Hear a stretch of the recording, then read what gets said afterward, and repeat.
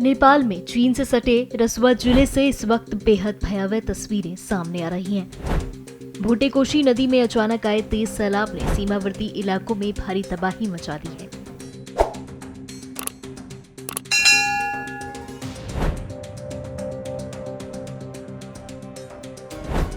बुधवार सुबह करीब 9 बजे स्थानीय समय पर आई इस फ्लैश फ्लड ने नदी किनारे बसे इलाकों, सड़कों और कई अहम बुनियादी ढांचों को अपनी चपेट में ले लिया। सबसे ज्यादा असर रसुआगढ़ी, तिमुरे और सियाफ्रुबेसी जैसे इलाकों में देखने को मिला है।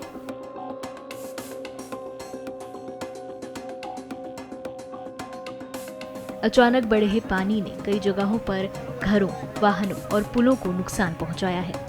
फ्लड का असर रसुआ के अलावा नुवाकोट और धांदिंग तक भी पहुंचा है, जबकि कई निचले इलाकों में हाई अलर्ट जारी किया गया है। इस आपदा में लोगों के लापता होने की खबरों ने चिंता और बढ़ा दी है। नेपाल टूरिज्म बोर्ड के शुरुआती रिकॉर्ड के मुताबिक 105 भारतीय नागरिक लापता बताए गए हैं। हालांकि ये शुरुआती सूची है और लापता लोगों की संख्या तथा हालात की तस्वीर रेस्क्यू ऑपरेशन आगे बढ़ने के साथ साफ हो रही है। राहत और बचाव कार्य मुश्किल हालात के बीच भी जारी है। नेपाल सेना, सशस्त्र पुलिस बल और नेपाल पुलिस को राहत अभियान में लगाया गया है। हेलीकॉप्टर भी रेस्क्यू और मेडिकल सहायता के लिए तैयार किए गए हैं। नेपाल के प्रधानमंत्री बालेन्द्र शाह ने स्थिति को देखते हुए आपात बैठक बुलाई और प्रभावित जिलों के अधिकारियों को निचले इलाकों में रहने वाले लोगों को सुरक्षित स्थानों पर पहुंचाने के निर्देश दिए।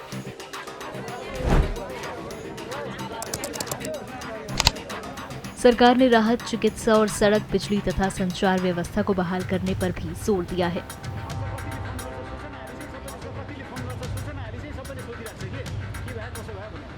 इस बीच भारत में भी इस आपदा को लेकर चिंता बढ़ी है।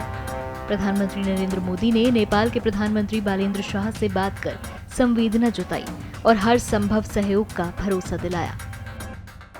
उन्होंने सोशल मीडिया प्लेटफॉर्म एक्स पर पोस्ट करते हुए लिखा, प्रधानमंत्री बालेन्द्र शाह से बात की और नेपाल में बाढ़ से हुई जानमाल की हानि पर संवेदना व्यक्त की। इस मुश्किल समय में भारत के लोग नेपाल में अपने भाई बहनों के साथ एकजुटता से खड़े हैं। भारत नेपाल को हर संभव मानवीय सहायता देने के लिए तैयार है। हमारी टीमें बचाव और राहत कार्यों के लिए मिलकर काम कर रही हैं। बिहार में भी नेपाल से आने वाले संभावित जल प्रवाह को देखते हुए सतर्कता बढ़ाई गई है। गृह मंत्री अमित शाह ने बिहार के मुख्यमंत्री सम्राट चौधरी से बात कर स्थिति की जानकारी ली और आवश्यक सहायता का भरोसा दिलाया। नेपाल के रसुआ, नुवाकोट, धादिंग, गोरखा और चितवन के नदी किनारे रहने वाले लोगों से लगातार सतर्क रहने और सुरक्षित स्थानों पर जाने की अपील की जा रही है। फिलहाल सबसे बड़ी चुनौती है लापता लोगों का पता लगाना, फंसे हुए लोगों तक पहुंचना और क्षतिग्रस्त इलाकों में राहत पहुंचाना। भोटेकोशी नदी का ये अचानक आया सैलाब सिर्फ नेपाल के लिए ही नहीं, बल्कि सीमा के दोनों ओर बसे इलाकों के लिए एक बड़ी चेतावनी बनकर सामने आया है। ताज़ा खबरों के लिए लाइक, फॉलो और YouTube पर सब्सक्राइब कर बेल आइकन दबाएं। साथ ही हर अपडेट के लिए विजिट करें स्वदेशलाइव.com।